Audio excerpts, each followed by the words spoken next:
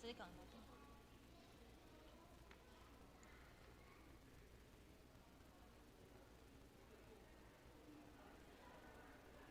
周姐，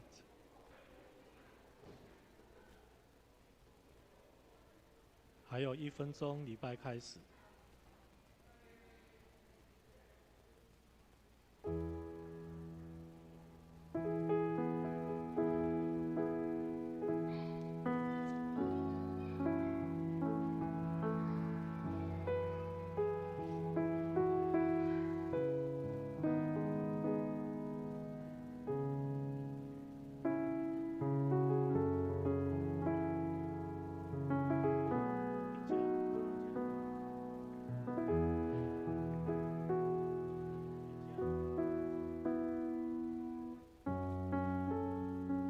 亲爱的弟兄，亲爱的家人们，平安！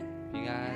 很开心在主日，我们又一同相聚来敬拜我们的神。请再次来确认我们的手机是否已经调为震动或静音喽。今天是圣灵降临节，让我们一起来预备我们的心，欢迎圣灵运行在我们的聚会当中。我们一起安静来领受。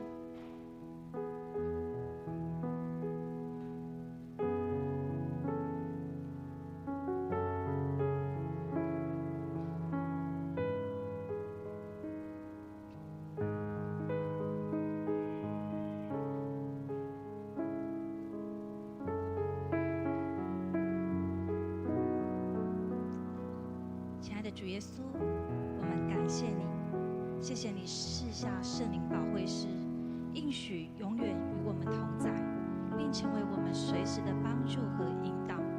真理的圣灵啊，我们感谢你，因着有你时刻同在的帮助，使我们的生命能带来更新与能力，如同使徒行传中门徒被圣灵大大的充满时，门徒的生命完全的翻转。从此以后，成为被主大大使用的工人。这样的恩典，主啊，也求你同样的临到这世代所有被神呼召每个儿女的我们身上。今天是圣灵降临节，圣灵啊，也求你大大的来充满我们，圣灵的烈火来焚烧我们，烧尽一切的邪情私欲，一切不讨神喜悦的事，帮助我们胜过罪的引诱和试探。让我们有改变生命的能力，以及过得胜的生活。真理的圣灵啊，也求你帮助我们明白上帝的话语，领受上帝的智慧和启示，并赐给我们传福音的能力。让我们带着圣灵的能力，将福音广传直到地极，为主做见证。因为这是主耶稣你的吩咐。亲爱的家人们，你们愿意吗？如果你愿意，请你将手放在你的心上，跟主回应说：是的，主，我愿意，我愿意让圣灵掌权在我的一切事上，我愿意顺服圣灵的每一个带领，愿意圣灵复兴的火从我开始，直到主的旨意成就。这是我们的祷告，奉主耶稣基督的名，阿们。哈利路亚，感谢主。我们渴慕你，我们需要你，我们欢迎你。现在这时刻，求你大大的来充满我们。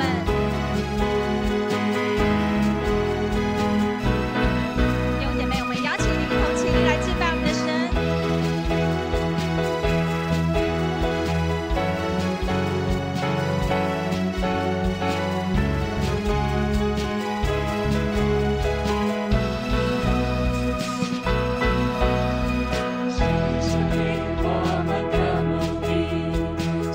圣灵，我们需要你。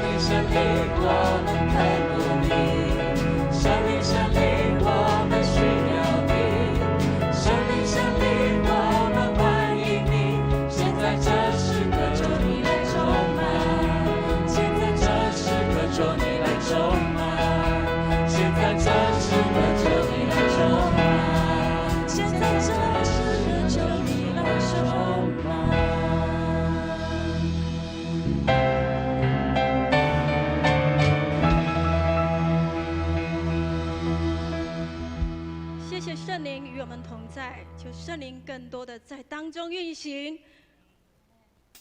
圣灵的活，圣灵的活，求你在当中运行。主，我们更多需要你，主耶稣，我们更多的需要你。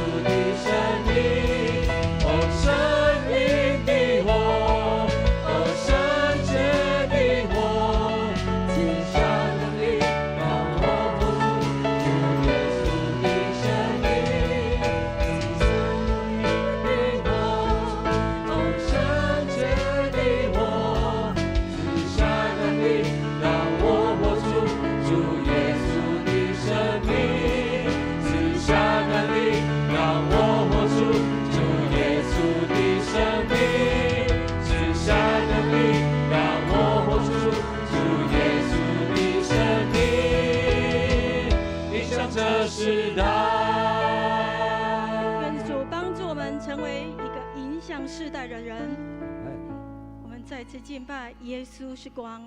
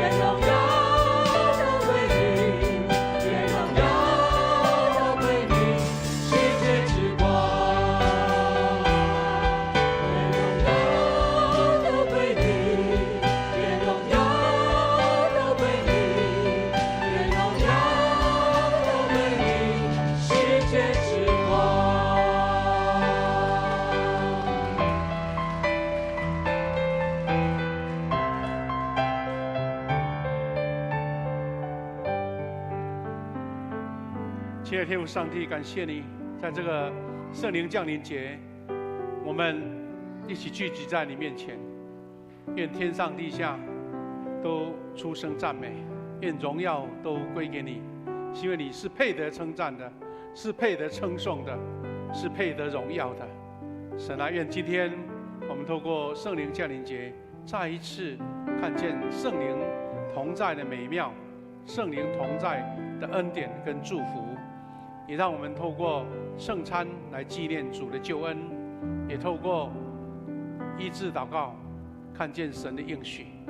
愿神赐福在我们当中，愿今天的敬拜从头到尾都荣耀归给你，每一位敬拜你的，大家都同得恩典跟祝福。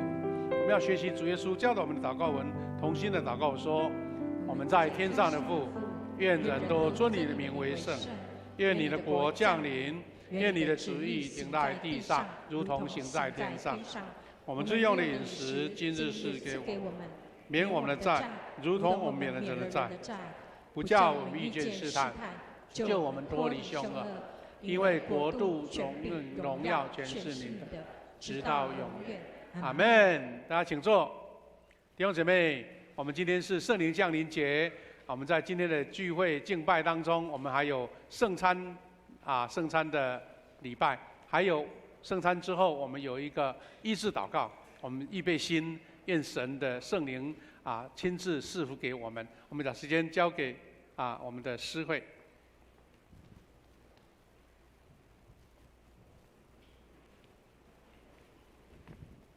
恭受上帝的话，今天的经文记载在2处，约翰福音14章15到18节，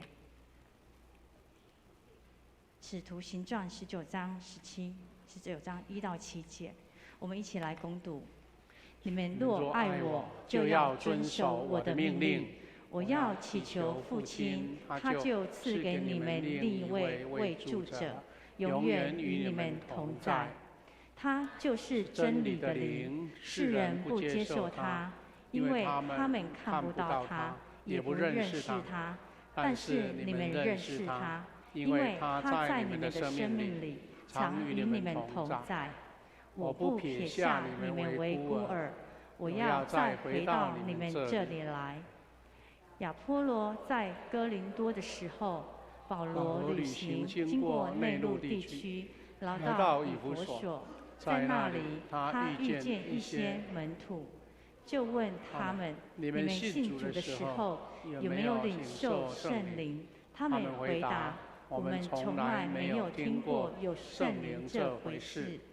保罗又问：那么你们受的是什么洗礼呢？他们回答：是约翰的洗礼。保罗说：约翰的洗礼是为那些悔改的人行的。他告诉以色列人民要信在他以后来的那一位，就是耶稣。他们一听见这话，就奉主耶稣的名领受洗礼。保罗为他们按手，圣灵降临在他们身上，他们就讲灵语，又宣讲上帝的信息。他们一共约有12个人。愿上帝领受赐福他话语的人。献诗，本周献诗圣歌队，献诗歌曲是《你是唯一的盼望》。献诗完，请本堂主任牧师夏牧师讲道。夏牧师今天所要传讲的信息是与圣灵同行的生命。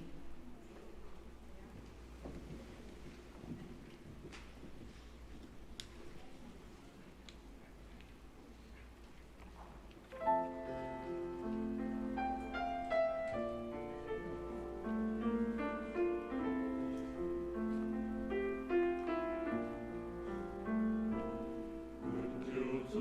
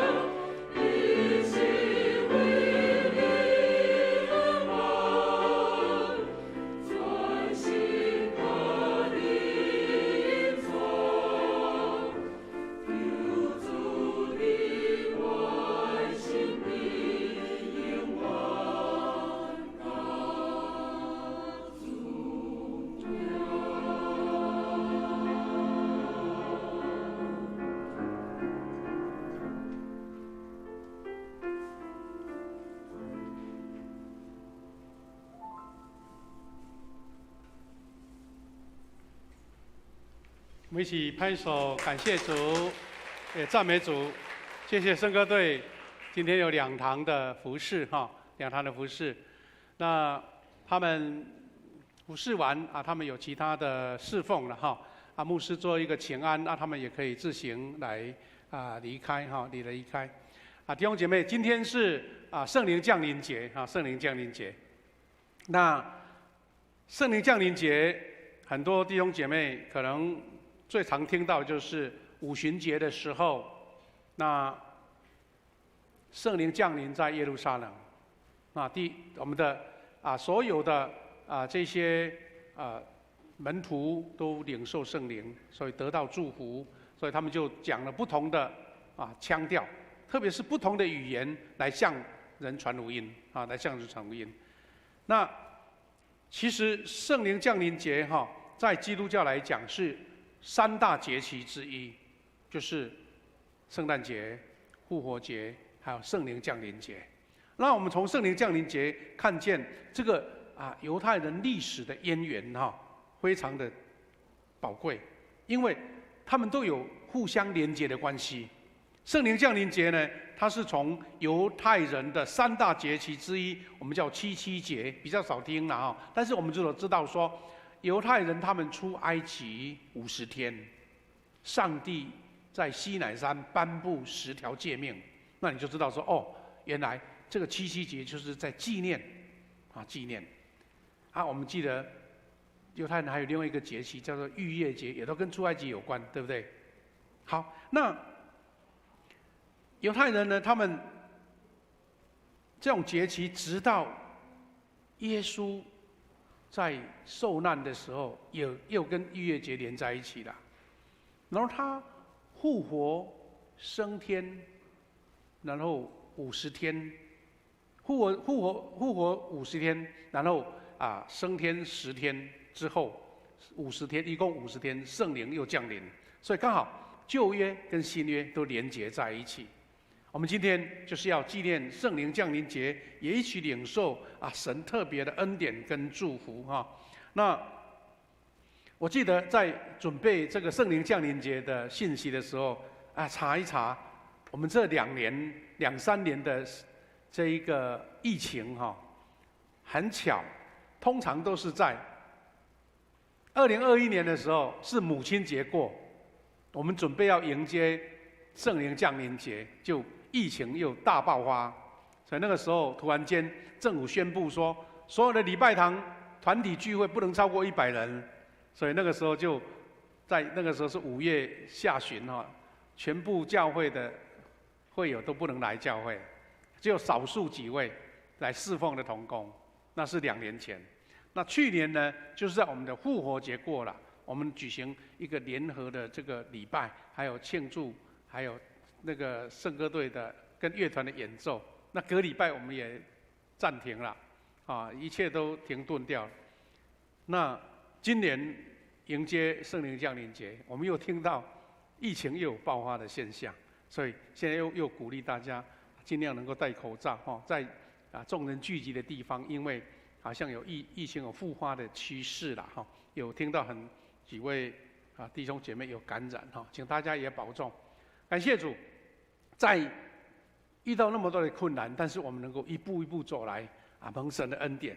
今天我们要一起领受这个圣灵降临，神给我们什么样的话语我们因为等一下有圣餐，还有医治祷告，所以我们会缩短一点，那下个礼拜能够再讲更完整。我们今天第一段经文叫做耶稣他宣布圣灵，要赐给圣灵。那这段经文等一下我们也会做一些复习啦。第2段经文就是保罗他遇见约翰的门徒所讲的这一段话，我们从里面得到什么样的学习呢？我们等一下一起来学习。主耶稣宣告什么呢？宣告要赐下圣灵。宣告赐下圣灵，从这段经文里面有3段重要的事。第一个，主耶稣说要祈求父亲赐给你们另外一位慰助者。他新的翻译叫慰助者，那我们和合本就是保惠师。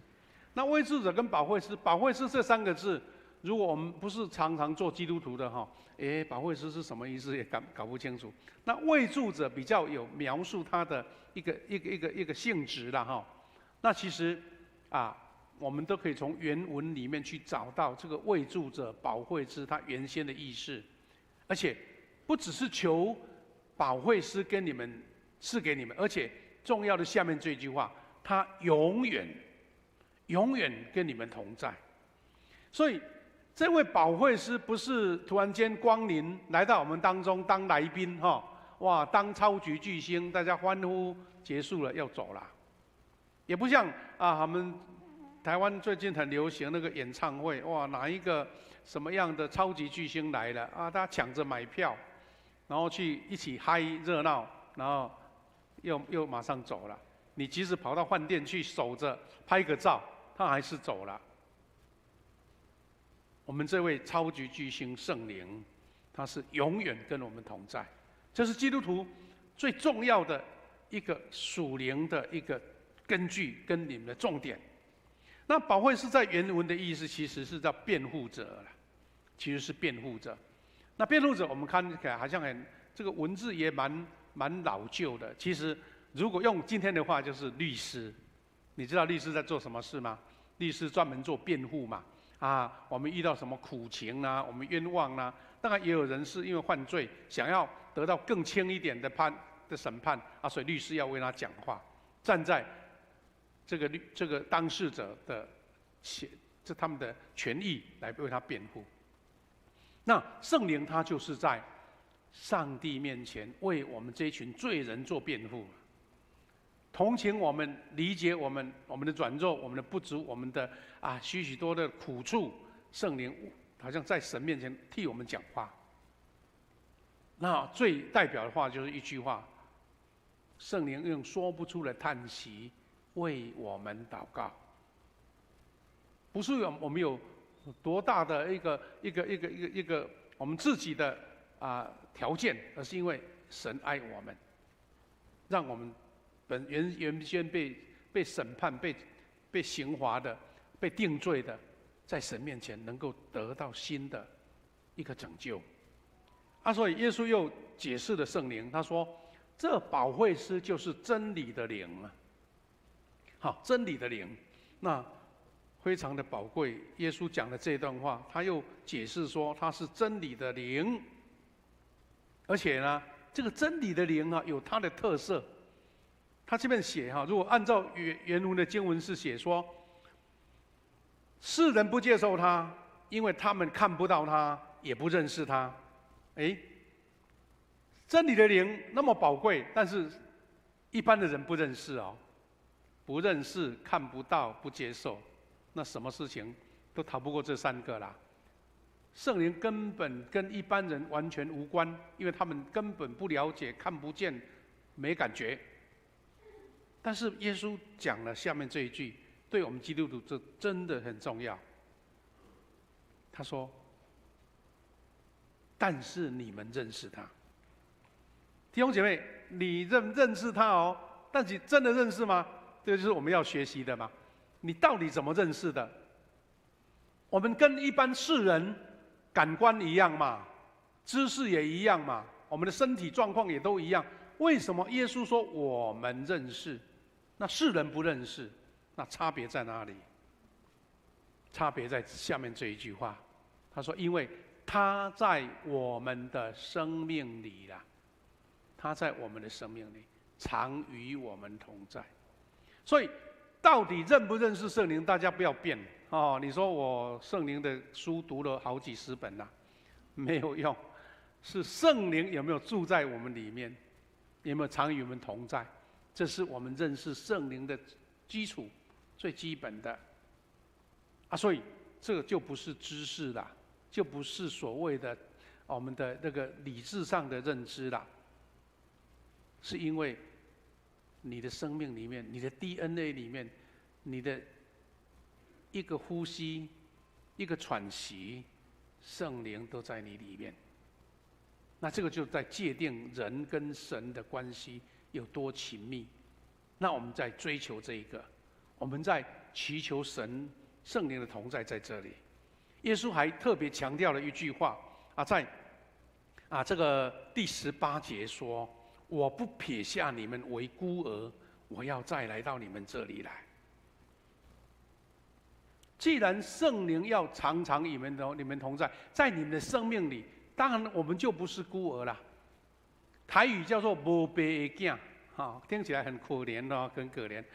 孤儿这个可怜的身份，在神里面是没有的，因为我们都因为圣灵的同在，我们成为神的儿女。那这个那么宝贵的身份，唯一会让我们感觉不怎么明确，是因为我们常常陷落到世人的那一种感知里面，因为世人他不认识，他看不见，也不接受。弟兄姐妹，我们就是要从世人的一个范围走到认识圣灵的范围，接受圣灵的范围，让圣灵同在的范围里面。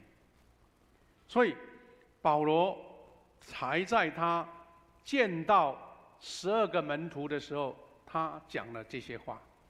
保罗在《使徒行传》19章1到7节有一段非常有趣的经历哈。这个是保罗有一次到以弗所，以弗所我们常常在以弗所书里面看到很多精彩的对话哈那个图画也常常看得到。那个以弗所就是在爱琴海的稍微南边一点哈，它是在海港的城市。我们如果上过我们那个孙宝林牧师的《使徒行传》，哇，你会看到那个都市多漂亮啊！哇，漂亮的不得了。以前在2000年前能够有那么大的城市规模，实在是不简单哈。这以弗所的对面的海边，就是在对海上有一个岛叫做拔摩岛，就是约翰长老被关在那边写启示录的地方。好，你看了这个有印象哈？他们早期2000年前的图书馆到现在还在，都是大理石盖的哈。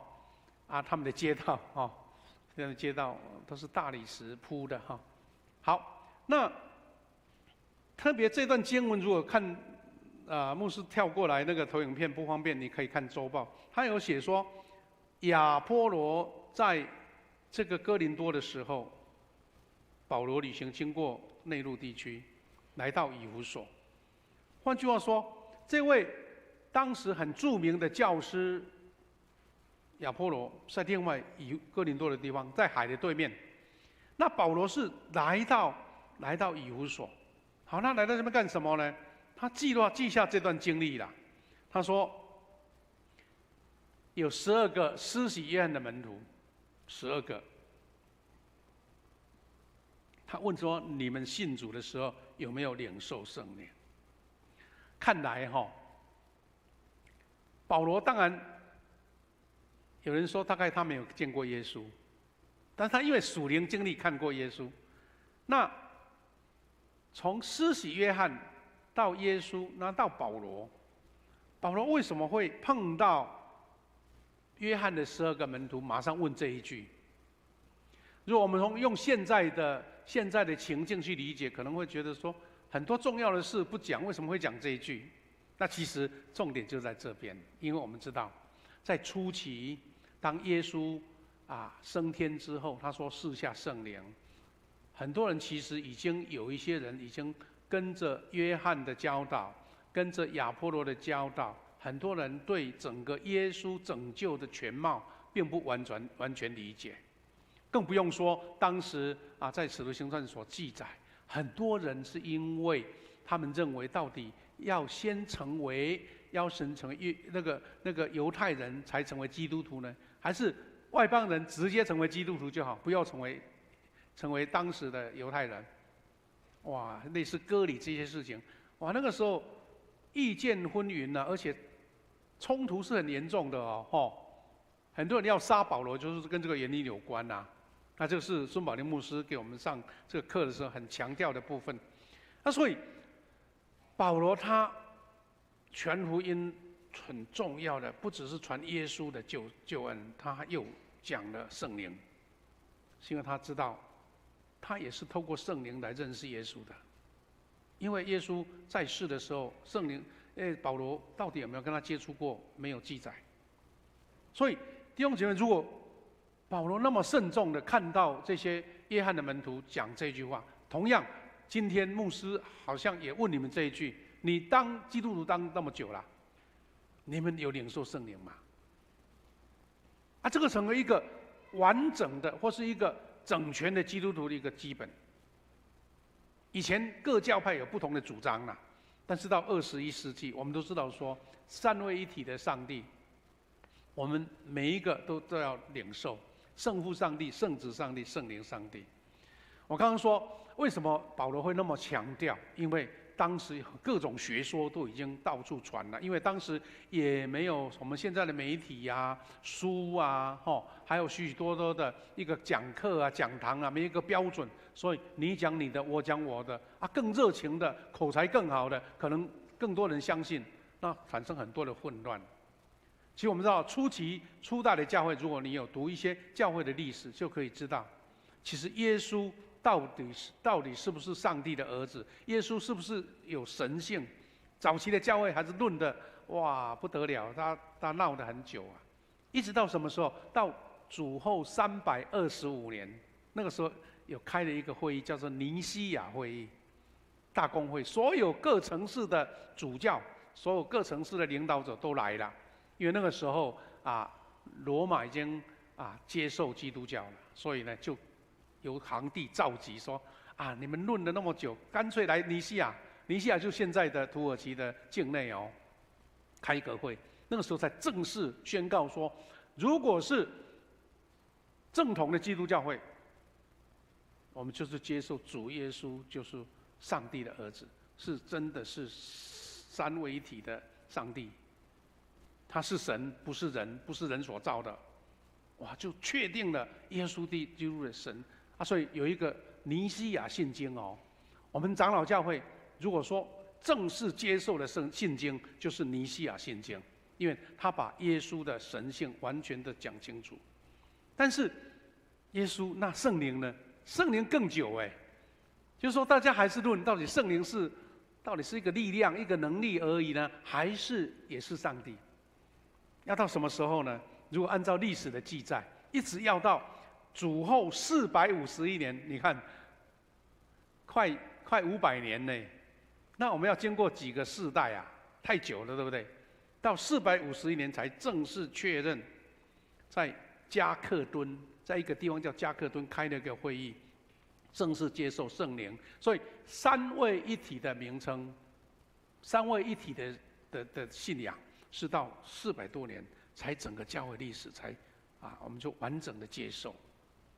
那难怪保罗会在初期的教会那么拼命，一直要传复活的主，一直要传说你们领受了圣灵没有？我们如果在那个时代，我们会看到保罗为什么那么样的迫切了哈。那今天基督徒都理解了圣灵的能力，但是我们要怎么说呢？我们是要从知道圣灵上帝，进入到跟圣灵同行了。那个才是我们今天基督徒所要最大的重点。所以你看，保罗为什么当时会跟这些学生说，约翰为悔改了的人洗礼，但他要以色列人们信他在以后来的那一位就是耶稣。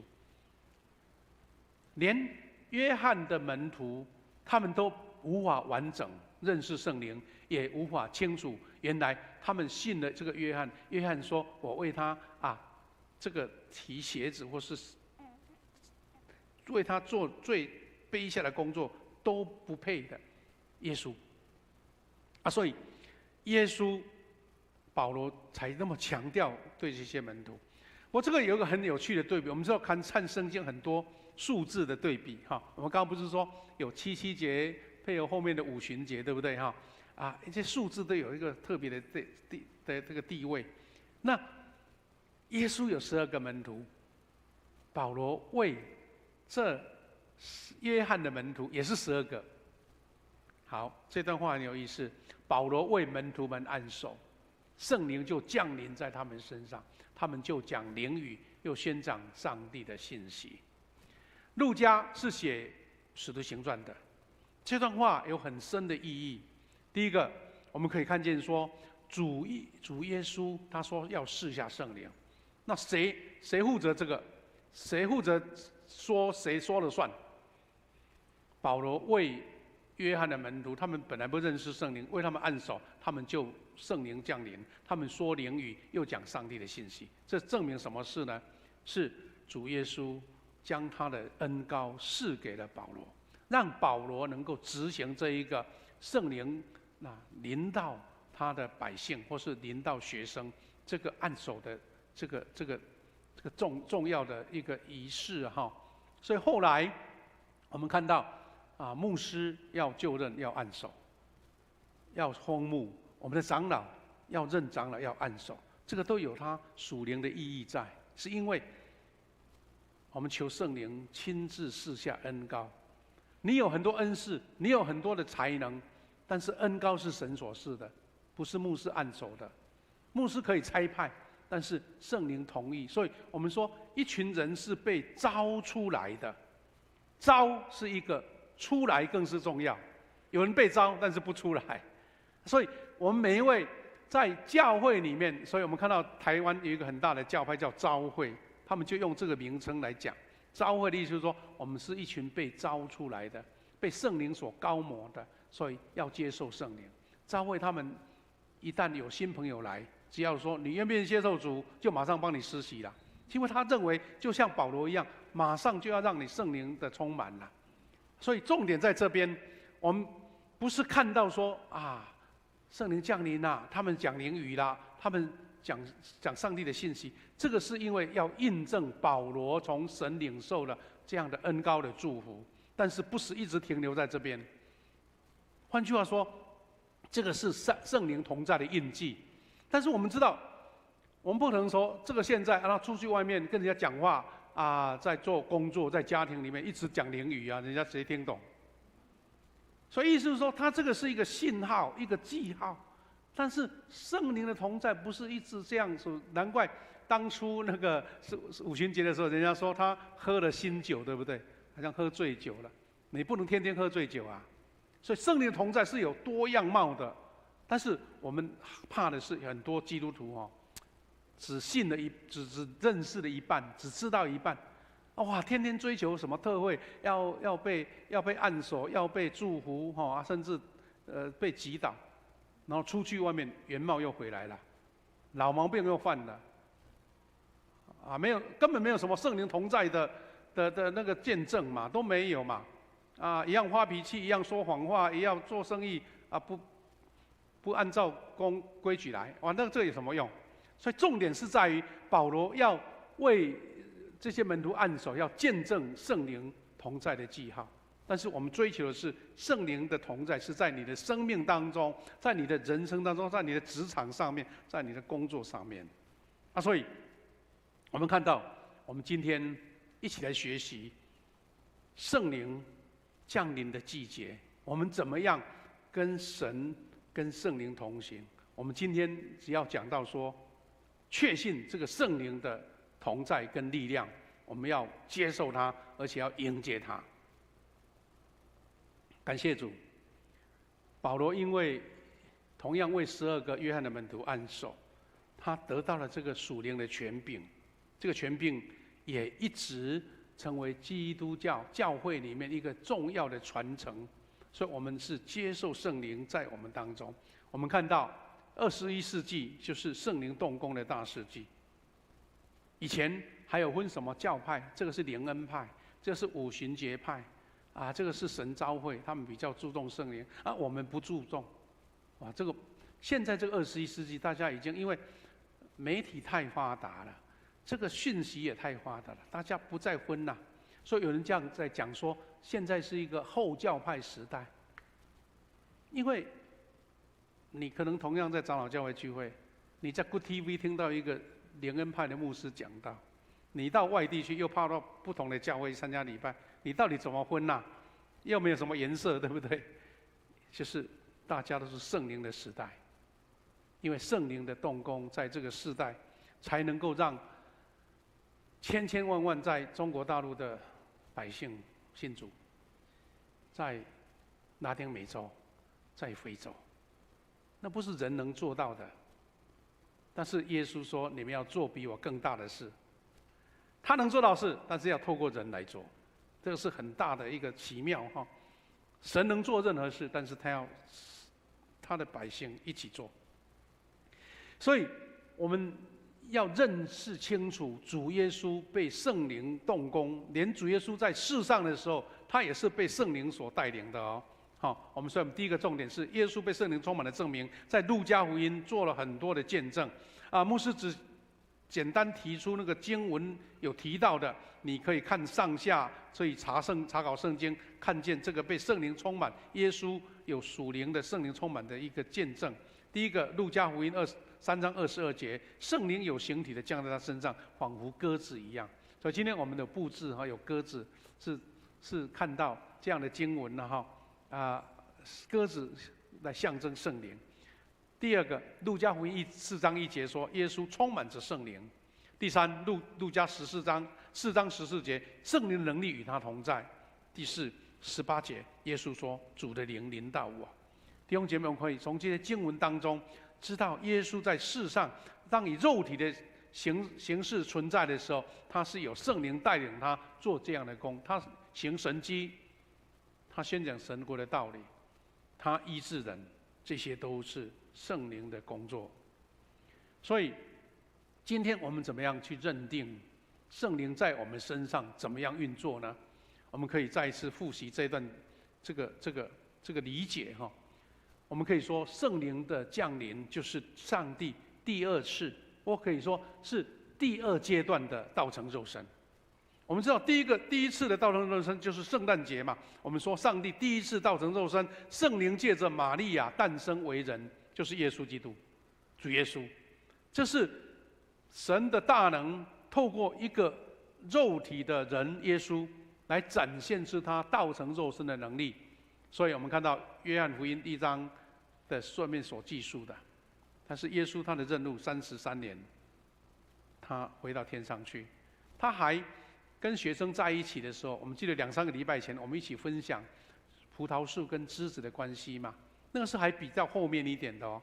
前面耶稣在跟学生在的时候，就跟他们宣告说：“我将要离开你们，但是你们不要怕，因为有圣灵要赐给你们。”就是第一段经文我们所看的约翰福音14章那段经文，要求上帝赐给你们圣灵保惠师，而且要永远与你们同在。所以我们就可以这样子来做。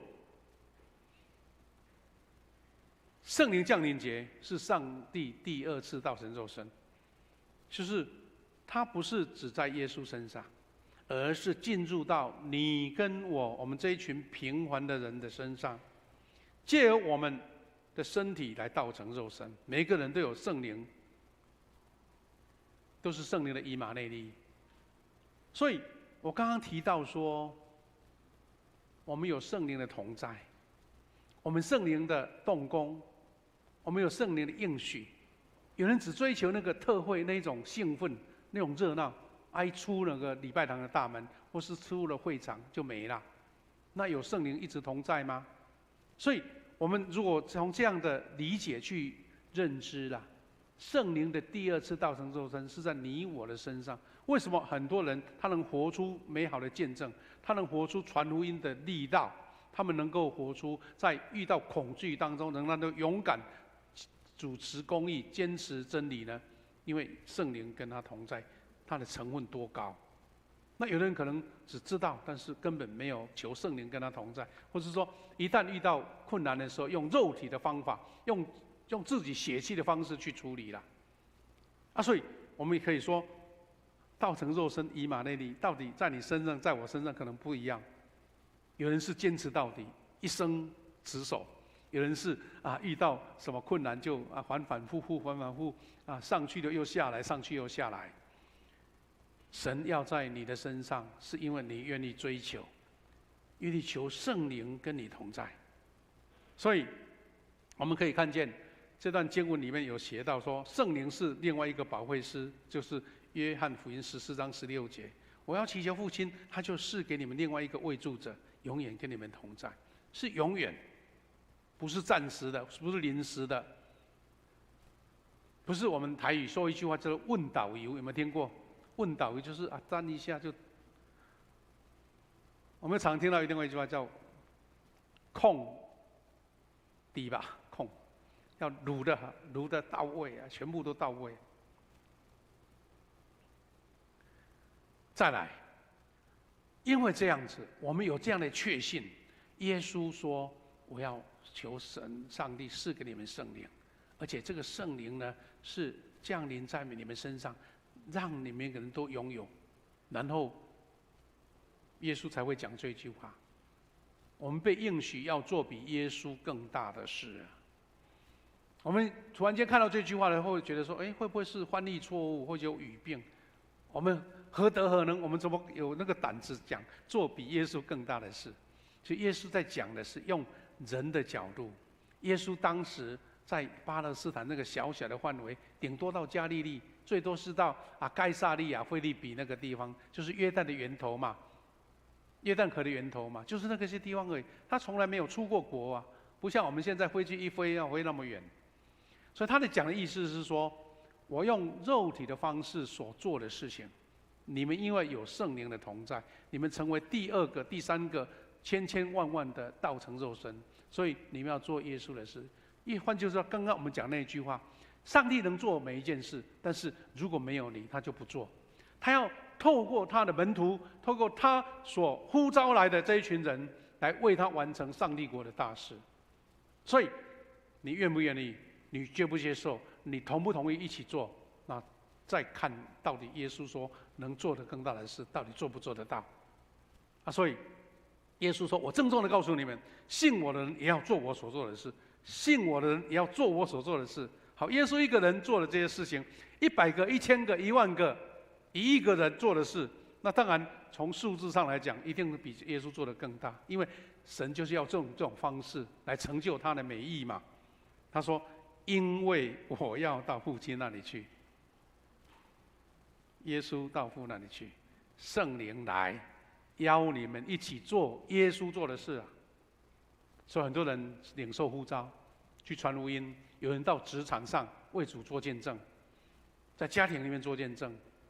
在学校为主做见证，所以弟兄姐妹，我们一起在圣灵降临节的时候，因为今天时间有限制，所以我们先认知说，你我都需要圣灵，而且需要圣灵的同在，道成肉身，而且要活出主耶稣的教导。我们要做比耶稣更大的事。那我们怎么样在生命当中一直有圣灵的同在？我们希望下个礼拜我们可以讲得更完整一点。我们今天有一个短短的结语，比较轻松的话来做比喻，来做结束。我们说基督徒不读经、不祈祷，而且经历圣灵的内住更新。你不做这个，你可能做基督徒做了20年、30年，从小都是基督徒了，但是你不做这个不读经，不祷告，也不做礼拜，没有经历圣灵内住，什么比喻呢？就像被邀进皇宫用餐，却仍然用免洗碗吃泡面啊！人家一个大餐在那边，你就光只吃泡面，你这个丰盛你根本感觉不到，或者说你内心贫穷到觉得这样就够了，是饱了，你没有经历到神给你的丰盛。今天如果用比较通俗的话说，你根本就是入宝山空手而回啦。你坐在金矿上当乞丐啦。你去米其林餐厅吃那个便当。神那么丰盛，那重点是在哪里？我们常常被陷入主耶稣讲那些话，一般人不认识、不接受，因为他们没有感受到圣灵的同在。所以，基督徒怎么样让生命改变，让你跟圣灵同行？你会发现很多很多你忧虑的事、烦恼的事、做不到的事，就不再困扰你了。那整部圣经就是为这些做见证。那问题是在于说，你经历圣灵，你跟圣灵同行，你被圣灵道成肉身，到底你的程度到什么地方？愿神让我们一起经历到这样的大能。所以主耶稣他的爱施给每一位。我们不在这个教堂里面，或是在基督徒的场合说你的地位比较高，比较低，在神面前都同样伟大，都同样更珍重，都同样是领袖，只是差别在你有没有被圣灵同在，被圣灵带领去做他要做的事。我们要做一个祷告，预备心来领受圣餐，来得神的祝福。然后也请长老本堂牧者的预备心，我们先来做祷告。谢天父上帝，感谢你赐下满满的恩典跟祝福，因为我们知道有圣灵同在，圣灵的降临才有意义。我们不是在纪念一个节期，也不是在理智上认知有圣灵，是因为主耶稣说：“我要赐给你们一位慰助者、保惠师，他要跟我们同在，住在我们里面。”主啊，我们常常因为不认识，或是惊慌，觉得有圣灵住在我们里面，那都不自在啊。神认识我们，神了解我们，我们任何自己的一点一滴都不能逃过神的眼睛。我们有什么好害怕的？我们就坦然，我们就乖乖坦白的交托给主。我们就发现，被神所引导的生命，才是得祝福的生命，没有忧虑的生命，没有冲突的生命。主啊，愿我们成为跟圣灵同行的生命，求你帮助我们。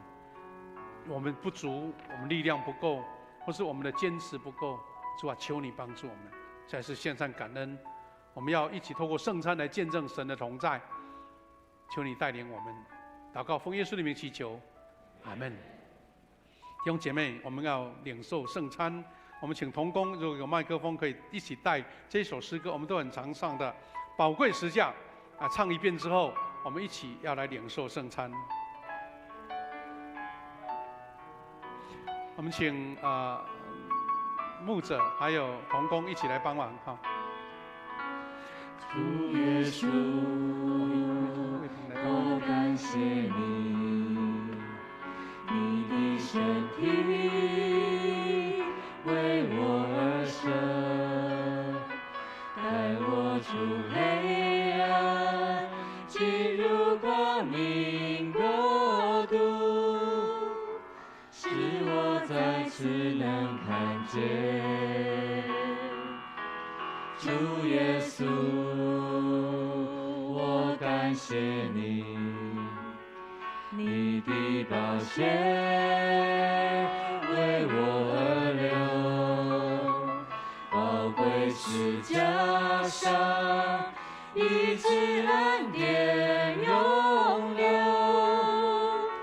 使我完全的自由。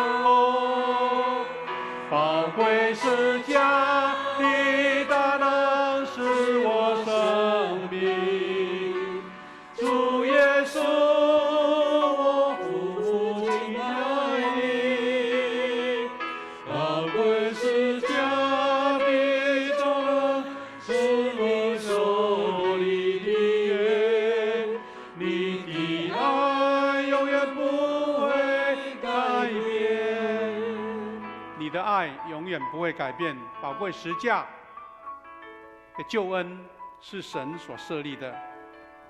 奉主耶稣基督的名，欢迎还属于他教会按照教会规定来领受圣餐的，一起来守主的圣餐。请弟兄姐妹一起来听主耶稣对凡归向他人所说恩典的话。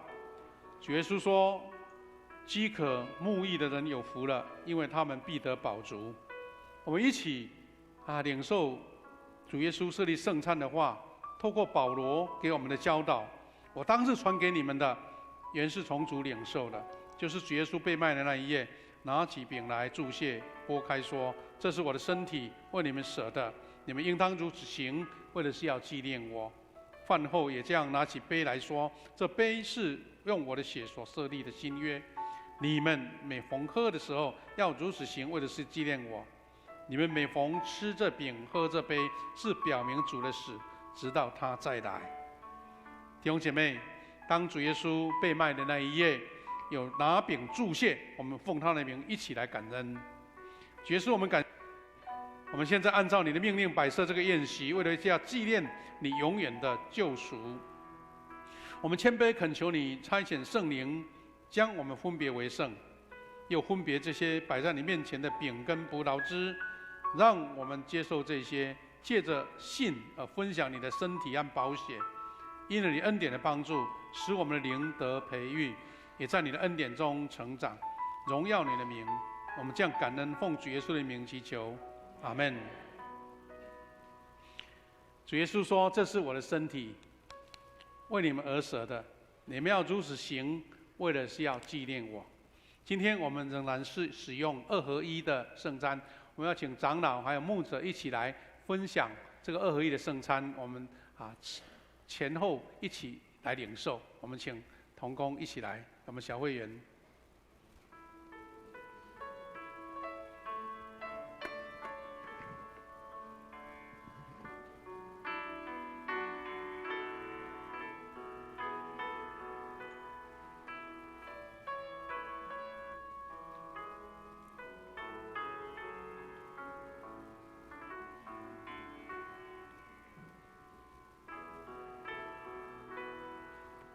各位弟兄姐妹，2合1的圣餐，我们可以拿到之后呢，先用那个透明的第一层薄膜把它撕开，将饼放在手上，我们一起等候全部人都领完了，我们再一起来享用。主耶稣说：“这是我的身体，为你们而舍的，你们要如此行，为的是要纪念我。”弟兄姐妹，我们拿了饼的时候，跟神祷告说：“神啊，你赐下医治，你赐下救赎，你也赐下平安。愿这个分别为圣的饼，圣灵同在的记号，让我们纪念，我们要跟神同行，跟圣灵同行。愿圣灵充满在我们每一个人身上。然后那个葡萄汁，我们第2次再撕开，这样不小心才不会倒掉了哈。”主耶稣说：“这是我的身体，为你们而舍的，你们要如此行，为的是要纪念我。”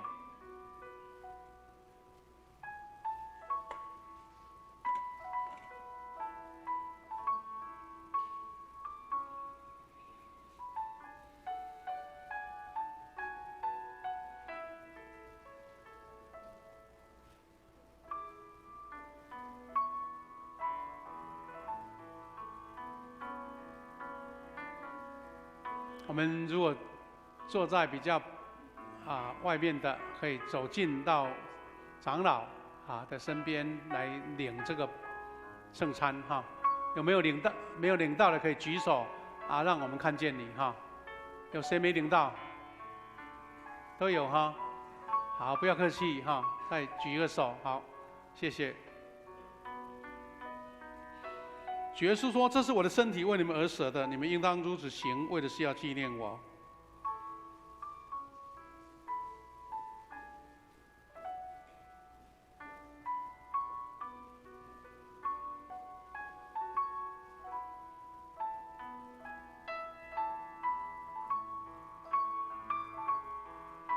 主耶稣说：“这是我的身体，为你们而舍的，你们要如此行，为的是要纪念我。”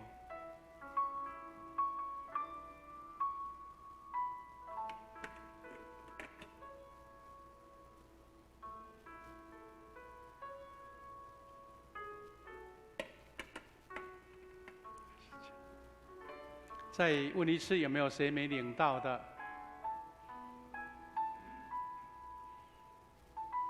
我们一起先来领受这个饼，这是基督的身体，为我们而舍的，我们应当如此行，为的是要纪念他。我们一起来领受。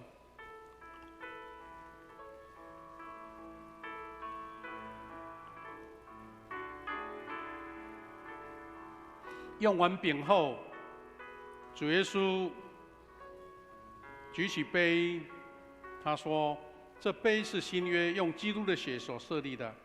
你们每当喝的时候，要如此行，为的是要纪念我。这杯是奉主耶稣基督的血所设立的，我们要来纪念他。我们一起来领受。”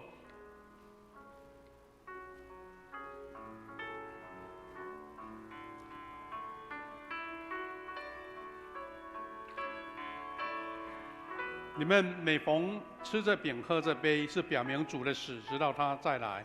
愿主耶稣的平安与我们每位同在。我们一起来感恩。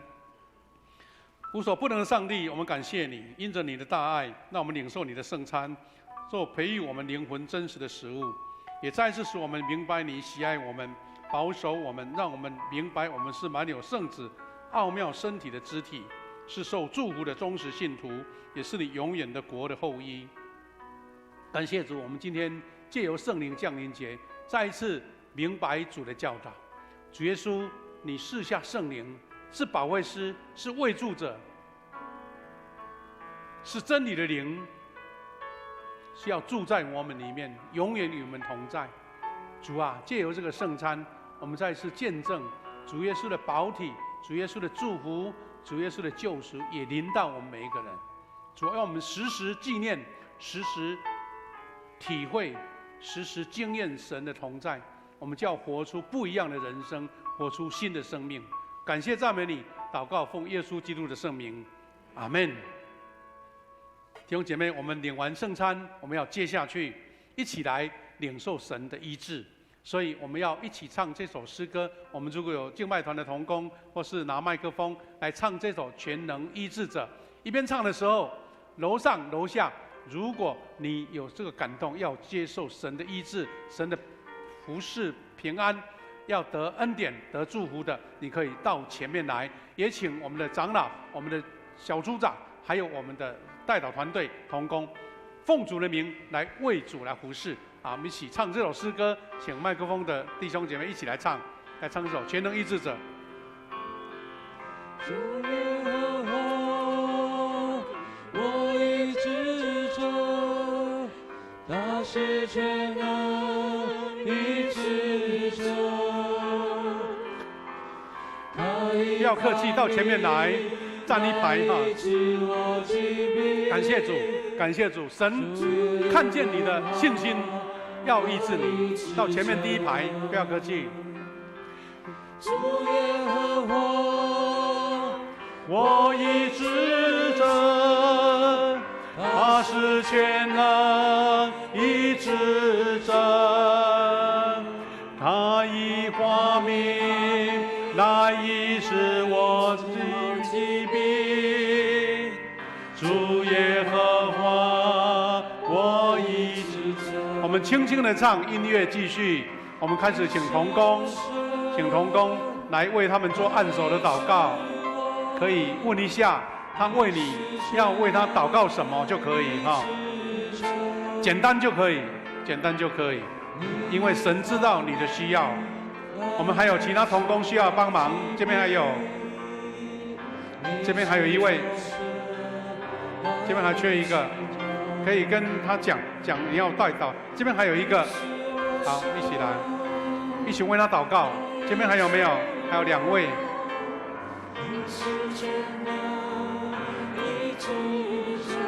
一个人一个，好。一个轮流没关系，轮流没关系。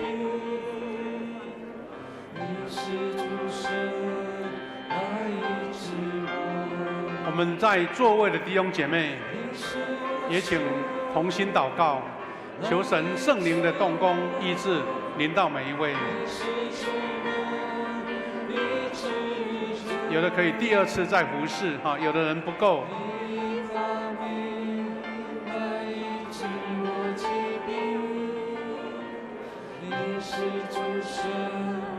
愿神的医治临到我们。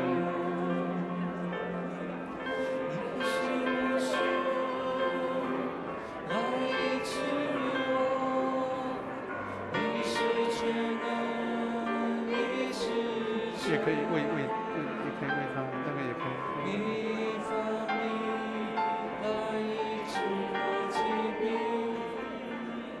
你是愿神赐下医治。我们再一次唱。你是我神，来医治我，内是真正，非是真。你发明来医治我的病，你是主神来医治我。还有谁需要服侍的还没有完成的，不要客气，举个手，才不会漏掉哈。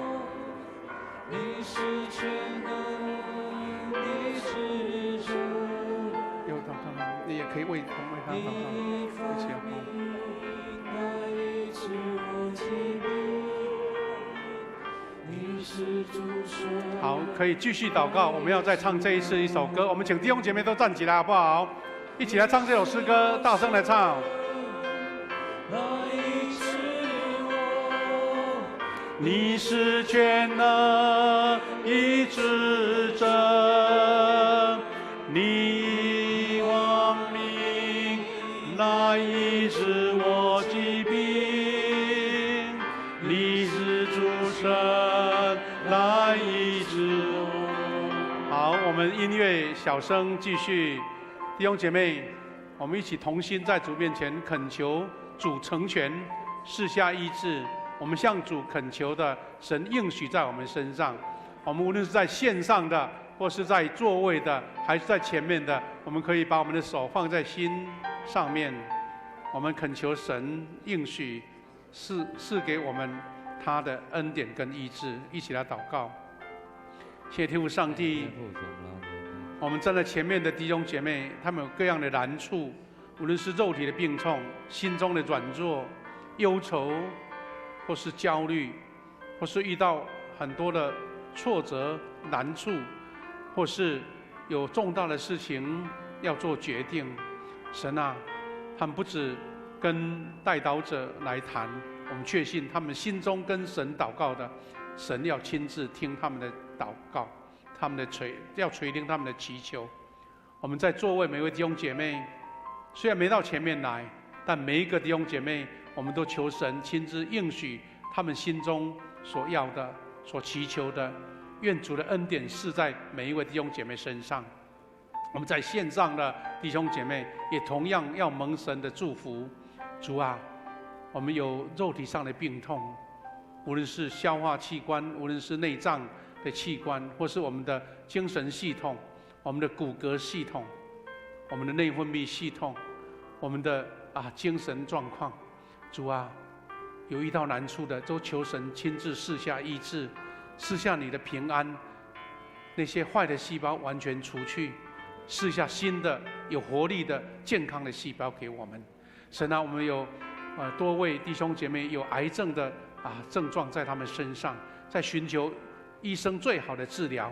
神啊，你是大能的医生，求你亲自透过医生的手赐下完全的医治，在我们所关心的弟兄姐妹、我们的同工的身上。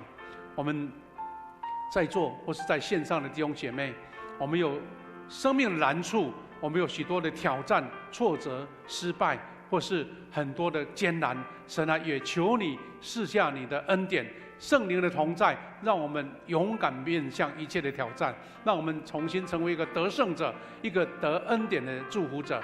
感谢赞美你，奉你们来祝福每一位弟兄姐妹，要蒙神的医治，要蒙神的恩典，蒙神的赐福。感谢祷告，奉告主耶稣基督得胜的名，阿们。我们拍手感谢主，谢谢。我们请回座，我们请坐。弟兄姐妹我们在这次圣餐的时候呢，我们都有圣餐的奉献哈。那奉献它的目的不是说奉献2次，而是说我们有一般主日的奉献如果领受圣餐你有特别的感动，可以用收报里面的奉献袋来做这个圣餐的感恩奉献。这个奉献是要作为我们教会的这个宣教专账，我们要做关怀弱势者，为做小教会，甚至很多救急、救灾、救难的，我们做一个用途啊。如果你有这个感动，可以做这样的处理啊。如果没有，我们就一次奉献就可以。我们请执事开始来收奉献哈，收奉献啊，也私下我们再等一下交给我们的司会。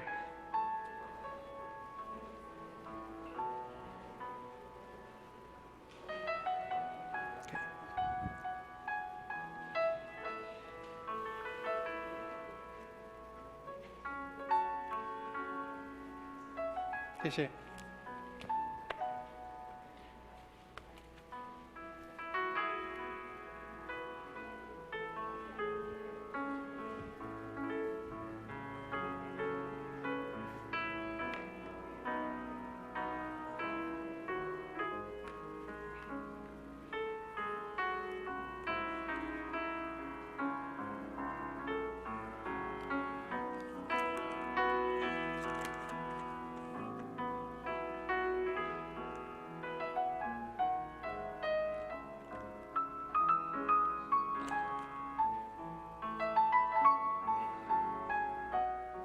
请起立，一起唱奉献诗歌。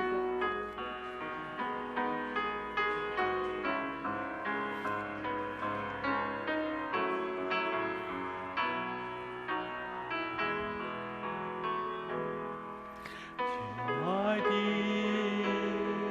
宝贵耶稣，爱何等的甘甜，我的心深深被你吸引，爱你是我的喜乐，一生爱你，一生敬拜你，一生爱你，一生荣耀你，一生奉献，一生不回头，一生爱你，跟随你。会众请坐。本月金句，我们一起攻读本月金句，一起来。敬畏耶和华是知识的开端，愚妄人藐视智慧和训诲。箴言1章7节。报告，请大家翻开周报的第2页。下周主日敬拜服事同工，施礼戴婉如执事，其他的侍奉请同工自行注意。第3页，上周、本周各项聚会，请大家自行参阅。肢体交通第2点，新冠疫情近日又升温，提醒兄姐小心防范，建议佩戴口罩，可避免其他病毒及不必要的呼吸道感染。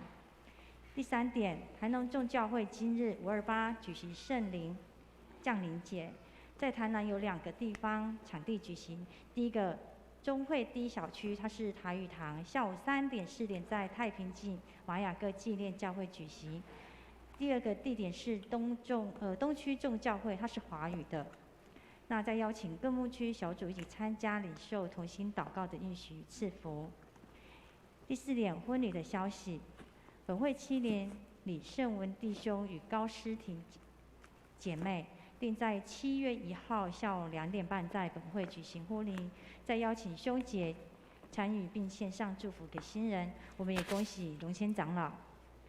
第5点，本会的心灵转角6月3号起增加每周6的营运，那在上午的9点到下午的5点，那使用这个空间能够成为传福音的出口。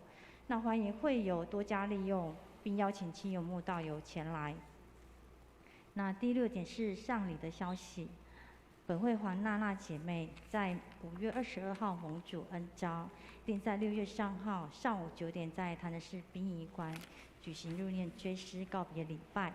那也邀请兄姐代祷中纪念，求主赐下力量与安慰。那第7点的其他消息报告，第2个会友动态。本会周锡安小组长定在于6月1号、14号到无缘公会堂展览室举行创作的个展。那在6月3号的下午2点半举行开幕茶会，再欢迎兄姐们踊跃参加。那本会第2季长职开会定在6月18号下午1点半召开，再请长老、执事们还有团队首长预备心参加。门徒培训还有牧区团体消息，请大家自行参阅。那第6页的关怀代祷事项，再请大家持续为以下事项代祷。那接下来请夏牧师补充报告。我来做几样补充。第一个，我们先欢迎新朋友来到我们当中，叫郭慧清姐妹在哪里？来，欢迎你来拍手，欢迎她。她从家里呀，不是她家里面，是咖喱呀，从家里来的咖喱来。好，欢迎你啊，请坐，谢谢你。他也是基督徒哈，好，欢迎你哦哈。那牧师来做几个补充，用图卡来补充会比较印象比较深刻一点哈。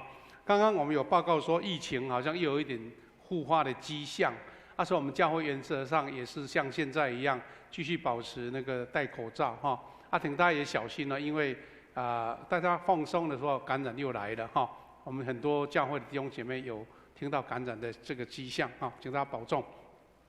那再来就是我们心灵转角哈，我用这个图，请那个报告事项、报告那个投影片再给我哈。这个是刚刚有提到哈，提到这个领袖学校，那我们要到15号，礼拜4晚上正式开课了。那我们这次真的是鼓励哈，因为我们这个课程是跟对领袖的，所以人数就本来比较少所以我们请长职。请我们的侍奉团队、我们的小组长，还有我们已经读过门徒1、门徒2的，我们都一起来报名参加，因为人多一起讨论起来会比较有热闹一点因为我们这个人数比较有限制，所以呢不能每一年都一定办得成所以我们要8个人以上我们才能开课礼拜4晚上配合我们大家刚好下班来到这边所以请大家踊跃来报名一起来学习，一起来成长那第二个是我们心灵转角刚有提过了，我们从这个礼拜6开始，我们要白天礼拜6一整天，不是我们礼拜结束那个短短的时间，是一个长时间。所以你如果有好朋友当然是由会友亲自先带朋友来才知道有这个地方嘛因为我们不能大肆宣传，因为目前好像收费上还是不能说很类似有那个买卖的行为啦那重点是你愿意用这个地方成为传福音的据点，有慕道友来这边，就这样子让他慢慢适应，愿意来教会所以请大家不要客气从礼拜6上午9点到下午5点这段时间都有一样的这个服事欢迎大家使用。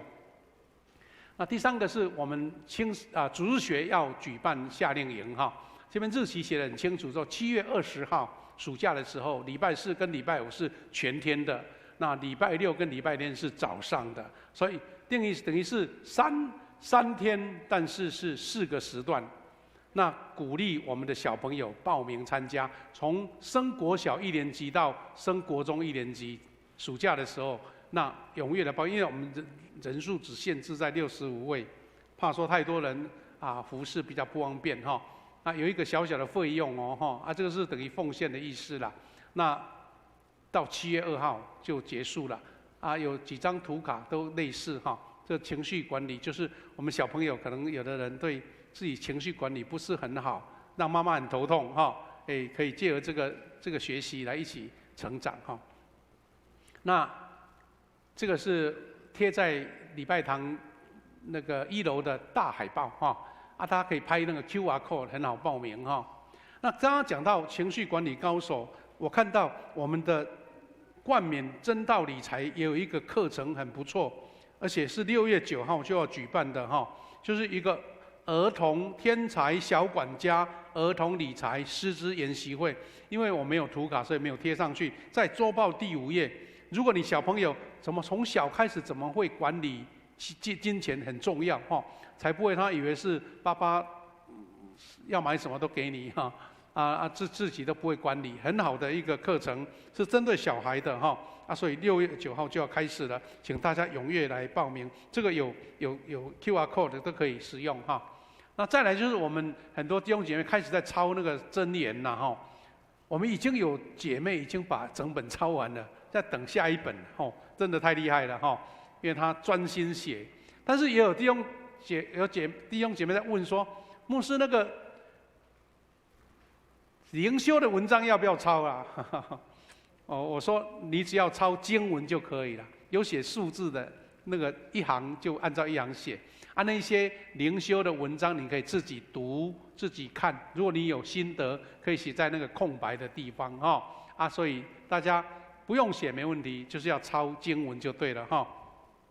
那再来就是我们恭喜我们的喜安兄哈，他要在6月1号到14号半个月的时间，在无缘公会堂，就是以前的社教馆，旧的社教馆，就是在公园路这个远东百货的后面哈，那个很漂亮的，是古迹了哈，很漂亮的一个展览室要举行展览，他也有印了很漂亮的图卡在楼下，你可以拿这张图卡当纪念，也可以拿那张图卡邀请好朋友来去观赏哈，还有他领受这种很好的艺术的飨宴哈，欢迎大家踊跃参加哈。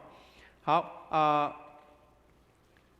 就是最后一个报告哈，就是说我们在下个礼拜我们有那个生日的祝福了哈，还有从6月开始呢，我们慢慢要进入夏季了。我们听说那个电费要好像加了好几成了哈，所以我们也请大家弟兄姐妹注意一下，我们教会使用电器使用冷气或是电灯大家尽量能够节约用电感谢主，这几天有下雨的样子，我们那个水好像有增加，水库有增加一点点。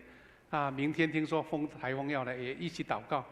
有台风有雨，但是不会有伤害，真的是两者都得兼也不简单我们就为这个祷告感谢主愿圣灵跟我们同在，领受最大的祝福。我们来做结束，谢谢。颂荣，会众请起立，一起唱颂荣诗歌《我的神，我的王啊》。结束后，请牧师祝祷。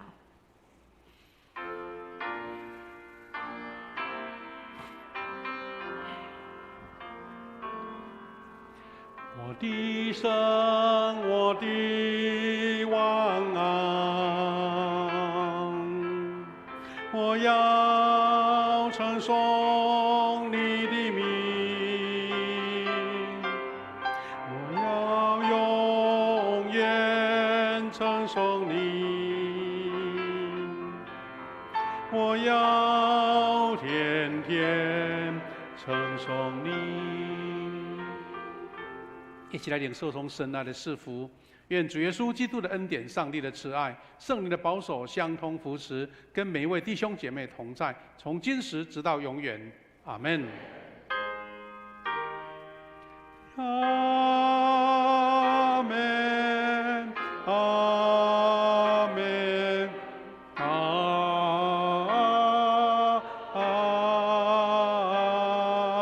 们。我们请坐来默祷闭会。